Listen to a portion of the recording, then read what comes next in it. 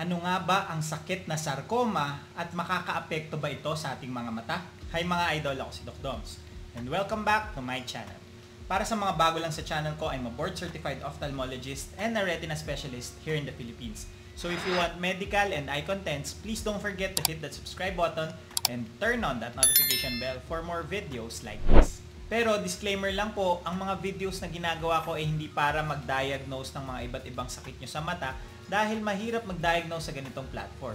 Bagkos ito ay ginagawa ko para mas maintindihan nyo ang mga iba't ibang sakit nyo sa mata na na-diagnose na po sa inyo. Ang pagpapacheck up sa inyong ophthalmologist ay ine-encourage. And for today's video, pag-usapan naman natin ang sakit na tinatawag na sarcoma. Tara, let's discuss. Nabalitaan natin kamakailan lang na merong sakit si Dr. Willie Ong na tinatawag na sarcoma. Ano nga ba ang sakit na ito at pwede nga ba nitong maapektuhan ang ating mga mata? Ang sarcoma ay isang uri ng cancer na nagsisimula sa mga mesenchymal tissues or mga soft tissues tulad ng muscles, nerves, fats, bones, at blood vessels. Ibig sabihin, ang mga soft tissues or connective tissues na ito ay pwedeng magkaroon ng abnormal na paglaki ng mga cells na tinatawag na cancer cells. May dalawang uri ng sarcoma. Ang una ay yung mga soft tissue sarcoma na nagmumula again sa muscles, nerves, fats, at blood vessels.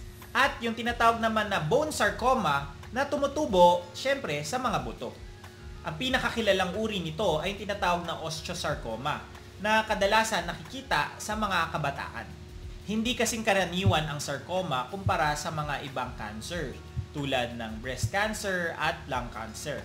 Ngunit dahil cancer pa rin ito ay delikado kapag hindi nagamot. Pwedeng tumubo ang sarcoma sa iba't ibang parte ng katawan, sa binte, sa braso, sa tiyan, pati sa mga internal organs or even sa ating mga mata. Pero paano nga ba nakakaapekto ang sarcoma sa ating mga mata? Bagaman bihira or hindi ito common, ay pwedeng tumubo ang sarcoma sa loob ng ating mga mata or even sa paligid ng mga tissues nito. Pag sa loob ng ating mata ito nakita, ang tawag dito ay intraocular sarcoma. At kung sa labas naman ito ng mata makita sa mga nakapaligid na tissues dito tulad ng muscles, nerves, bone, pati eye socket, ay ang tawag dito ay orbital sarcoma. Isa sa mga halimbawa ng orbital sarcoma ay tinatawag na rhabdomyosarcoma. Ito actually yung pinaka-common na primary orbital na cancer na kadalasang nakikita sa mga batang 5 to 7 years old. Although kadalasan ito makita sa age group na ito, ay pwede pa rin ito maapektuhan yung mga newborns or mga bata pa at pati yung mga matatanda. Isa pang sarcoma na pwede rin makita sa labas ng mata ay tinatawag na Kaposi sarcoma. Pwede nito maapektuhan ang ating mga conjunctiva. Ito yung parang balat na nakabalot sa puting parte ng ating mga mata na nag-e-extend hanggang sa likod ng ating mga talukap. Actually, pati yung mga talukap or eyelids natin ay pwedeng maapektuhan nitong Kaposi sarcoma na mas madalas naman makita sa mga matatanda. At marami pang ibang sarcoma na pwedeng makita at maapektuhan ang iba't ibang parte ng mata na hindi na natin iisa-isahin. Ano nga ba ang mga sintomas ng sarcoma na pwedeng maramdaman sa ating mga mata? Actually, depende ito sa sarcoma at sa inaapektuhan nitong parte ng mata. Pwede itong mag-present ng pagluwa or pag-usli ng mata na tinatawag na proptosis. Dahil ito sa paglaki ng bukol at pwedeng matulak ng bukol yung mata palabas ng eye socket nito. Pwede rin magkaroon ng paglabo ng paningin dahil pwedeng maapektuhan yung mga iba't ibang parte ng mata na responsable sa ating paningin. Pwede rin magkaroon ng pananakit ng mata dahil pwede ito mag-cause ng pagtaas ng pressure sa loob nito. At pwede makapansin ng pamamaga, pamumula at obvious na bukol sa paligid ng mga mata.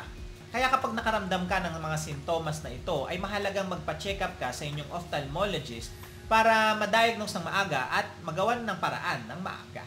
So paano nadadiagnose kung meron ka na nga bang sarcoma? Ang pagkakaroon ng sarcoma sa mata or maging sa ibang parte ng katawan ay hindi madaling makita kagad. Pero kadalasan ito ay pwedeng masuri sa pamamagitan ng history at physical examination.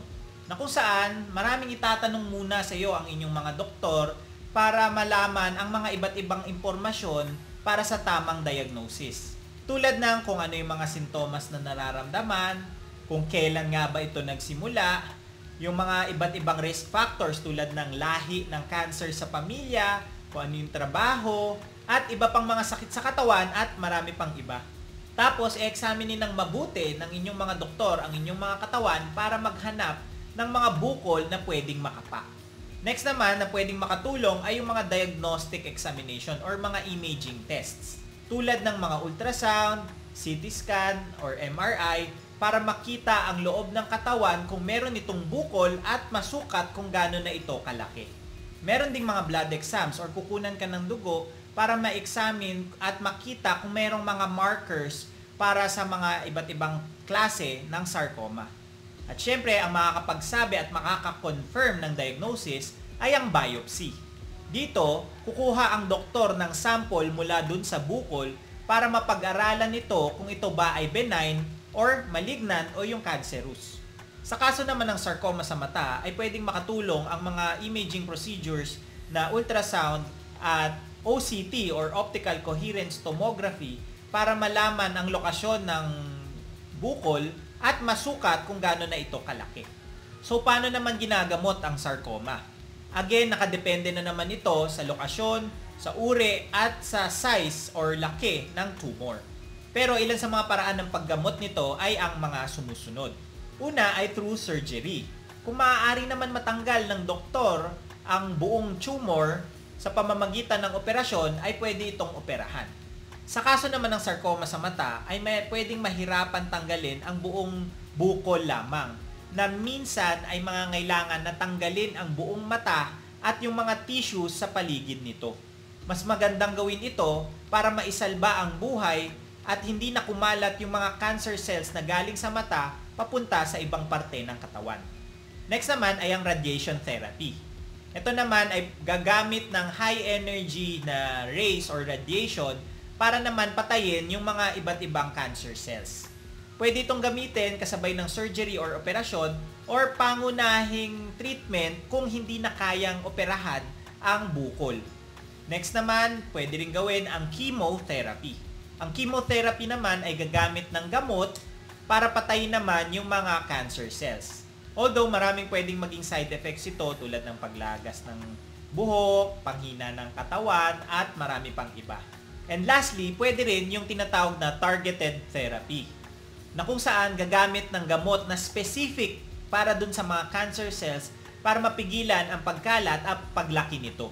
Ito ay isang mas modernong uri ng paggamot. Kapag maagang na-discover ang sarcoma, ay mas malaki ang chance na maging successful ang paggamot dito at makaiwas sa mga komplikasyon. Sa kaso ni Dr. Willie Ong, ay rare ang kanyang sarcoma at mahirap ma-detect ng maaga. Kaya late na ito na-detect na malaki na ito at nakadikit na or nakapulupot na sa mga ibang parte sa katawan at mga vital organs. Kaya ito ay kinoconsider na inoperable na or hindi na kayang operahan. Dahil mas mataas na yung risks na mga pwedeng mangyari kumpara sa benepisyo na pwedeng maidulot nito. Kaya bagaman bihira ang sarcoma, ay kailangan maging aware tayo sa mga pwedeng unang sintomas na maidulot nito. Kaya kung merong kakaibang nararamdaman sa inyong mga katawan, tulad ng pagsakit ng kung ano-anong parte ng katawan at ito ay matagal na, ay ipacheck na ito para malaman at magawan kagad ng paraan kung merong delikadong nagkokos nito. Ganun din, kung meron kayong nararamdaman sa inyong mga mata, ay ipa-check up kagad ito sa inyong mga ophthalmologists. And that's it for today's video. Ngayon, alam niyo na ang sarcoma at kung paano ito makakaapekto sa ating mga mata. Please don't forget to like, comment kung may mga questions or suggestions kayong topics, subscribe, and hit that notification bell for more medical and eye contents. Ngayon, mas may alam ka na. Ako po si Doc Doms. See you on my next video.